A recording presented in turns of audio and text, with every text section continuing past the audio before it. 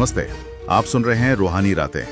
रूहानी रातें एक हॉरर पॉडकास्ट है जहां आपको मिलेंगी असली भूतिया कहानियां, आत्माओं के तजुर्बे और हॉन्टेड जगहों के राज।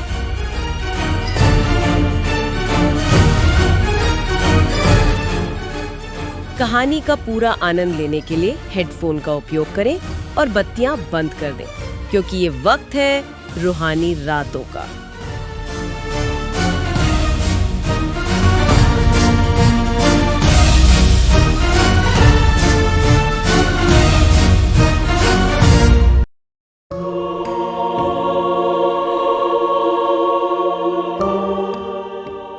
आज हम बात कर रहे हैं चेन्नई के बेसेंट एवेन्यू रोड की एक सच्ची डरावनी घटना के बारे में। हाँ, ये रोड चेन्नई के एक शांत इलाके अडियार में है, बेसेंट एवेन्यू रोड। अच्छा, तो दिन में तो ये रोड बिल्कुल आम सी लगती होगी, जैसे पेड़ वेड़ लगे हुए। बिल्कुल, दिन में तो काफी चहल पहल रहती है। मतलब कॉलेज स्टूडेंट्स, ऑफिस जाने वाले लोग, सुबह टहलने वाले सब गुजरते हैं वहां से। एकदम नॉर्मल सड़क। लेकिन जैसे ही शाम ढलती है, सूरज डूबता है, माहौल बदलने लगता है। बदलने लगता है मतलब कैसे? जैसे हवा में एक अजीब सी खामोशी छा जाती है, फुसफुसाहटें सुनाई देने लगती हैं, साए दिखने लगते हैं, एक अनजाना सा डर। ओह, और ये सिर्फ मतलब लोगों की बनाई हुई कहानियां नहीं है? नहीं, यही तो बात है। इसकी जो ये भयानक रेपुटेशन है ना, वो असल में वहां से गुजरे लोगों के अनुभवों पर बनी है। और वो अनुभव भी कोई मामूली नहीं, बल्कि रोंगटे खड़े कर देने वाले। मतलब वहाँ कोई आम सा भूत या परछाई नहीं है? नहीं, जो दावे हैं वो ज्यादा सीरियस हैं, ज्यादा हिंसक। हिंसक कैसे? लोग बताते हैं कि उन पर हमला हुआ है, किसी अनदेखी चीज ने उन्हें जोर का थप्पड़ मारा है। थप्पड़ मारा है? हाँ, और सिर्फ थप्पड़ ही नहीं, लोगों को चलती गाड़ियों से, मतलब बाइक वगैरह से नीचे फेंक देने की घटनाएं भी हुई हैं। क्या कह रहे हैं? चलती गाड़ी से? हाँ, और कहते हैं कि इन हमलों के साथ एक अजीब सी बिना शरीर वाली हंसी सुनाई देती है, एकदम हड्डियों तक को कंपा देने वाली हंसी।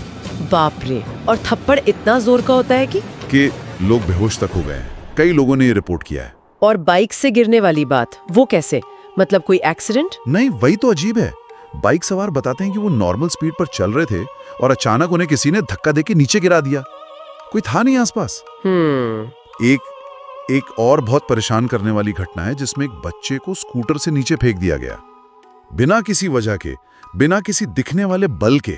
इन्वेस्टिगेशन भी की, लेकिन आज तक कोई लॉजिकल एक्सप्लेनेशन नहीं मिला।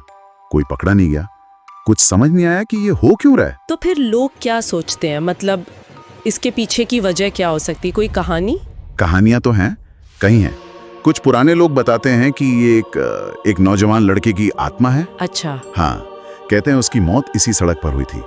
एक हिट एंड रन केस था। उसका शरीर घंटों तक वहीं पड़ा रहा, किसी ने देखा नहीं। ओह, दुखद है ये तो। हाँ, कुछ लोग ये भी कहते हैं कि उसकी शायद सगाई भी हो चुकी थी, तो उसकी जो दर्दनाक मौत हुई और वो अकेलापन, उसी ने उसकी आत्मा को गुस्से और बदले की भावना के साथ इसी सड़क से बांध दिया है। और कोई कहानी? एक और कहानी है, वो और भी भयानक है। वो एक मर्डर की कहानी है। मर्डर? हाँ, कहते हैं किसी धोखेबाज प्रेमी ने देर रात अपनी प्रेमिका का यही कत्ल कर दिया था। जुनून का अपराध था शायद। बाप रे!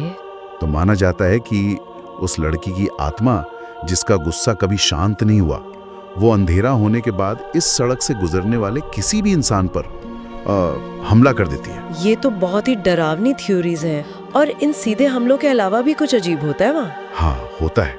जैसे अचानक से गाड़ियों का बंद पड़ जाना, बिना किसी तकनीकी खराबी के। चलते चलते बंद? हाँ, या फिर ड्राइवरों को एकदम से बहुत ज्यादा ठंड लगने लगना, या फिर वही गाल पर अचानक किसी अनदेखे हाथ का थप्पड़ महसूस होना। इसीलिए शायद ऑटो वाले। हाँ बिल्कुल, ऑटो ड्राइवर्स आज भी रात में उस तरफ जाने से बचते हैं। भले ही उन्हें कई किलोमीटर का लंबा चक्कर लगाना पड़े, वो उस रूट से नहीं जाते। और कुछ लोग कहते हैं कि कुछ भी बुरा होने से ठीक पहले ना, वहां की हवा एकदम भारी हो जाती है और सन्नाटा बहुत गहरा हो जाता है। क्या वहाँ के लोगों ने कुछ उपाय करने की कोशिश की, जैसे पूजा पाठ? हाँ, कोशिशें तो हुई हैं। तांत्रिकों को बुलाया गया, पुजारियों ने शुद्धिकरण के अनुष्ठान किए, लेकिन ये घटनाएं रुकी नहीं। नहीं, बल्कि कई परिवार तो इतना डर गए उस लगातार बनी रहने वाली बेचैनी से इतने परेशान हो गए कि वो इलाका छोड़कर ही चले गए। ओह, और वहाँ के जो स्थानीय पुजारी हैं उन्होंने चेतावनी भी दी है। वो कहते हैं कि ये कोई ऐसी वैसी भटकती आत्मा नहीं है, ये कोई ऐसी शक्ति है जो उस जगह से, उस सड़क से गहराई से जुड़ी हुई है और वो लोगों के डर से और ताकतवर होती जाती है। लेकिन फिर भी कुछ लोग तो जाते होंगे वहाँ, जैसे रोमांच के लिए। हाँ, जाते हैं। एडवेंचर सीकर्स, पैरानॉर्मल इन्वेस्टिगेटर्स, ये सड़क उन्हें खींचती है। और उनके साथ क्या होता है? उनके अनुभव भी ज्यादातर बुरे ही होते हैं। एक किस्सा है एक लड़के का जो अपनी रात की सैर को लाइव स्ट्रीम कर रहा था। Live stream? हाँ, पर बाद में उसे बुरी तरह जमीन पर फेंका हुआ पाया गया। उसे अस्पताल ले जाना पड़ा। हे भगवान! इन सब बढ़ती घटनाओं के बाद पुलिस ने भी अब वहां साइन बोर्ड लगा दिए हैं। रात में उस सड़क पर जाने से मना किया जाता है। अच्छा, और आसपास की दुकानें? वो भी जल्दी बंद हो जाती हैं। सड़क के एंट्री पॉइंट के पास जो दुकानें हैं, एक चाय वाले ने बताया कि वो पहले देर रात तक दुकान खोलता था, पर अब 8 बजे ही बंद कर देता है। उसने बताया कि एक रात उसने सड़क पर एक साये को तेजी से गुजरते देखा और अगले ही पल उसके गाल पर एक जोर का तमाचा पड़ा। दर्द से वो चीख पड़ा। ये तो बहुत बुरा हुआ।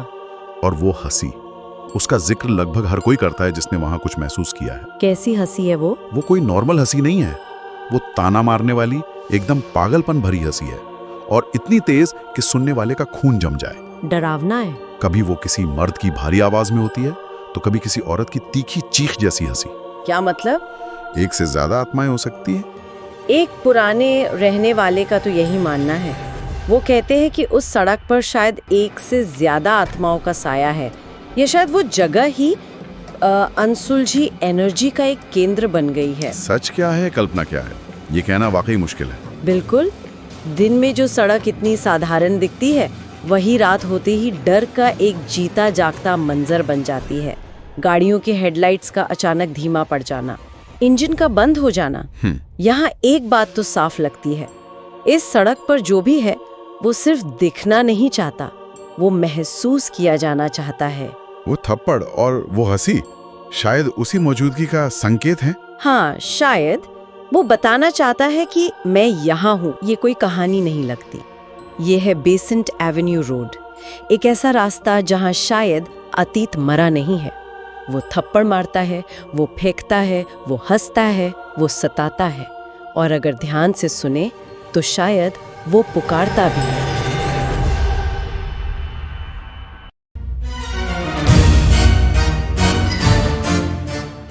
सुनने के लिए धन्यवाद। आप रूहानी रातें सुन रहे थे। रूहानी रातें हर शुक्रवार और शनिवार YouTube पर और हर शनिवार और रविवार Spotify पर सुनें।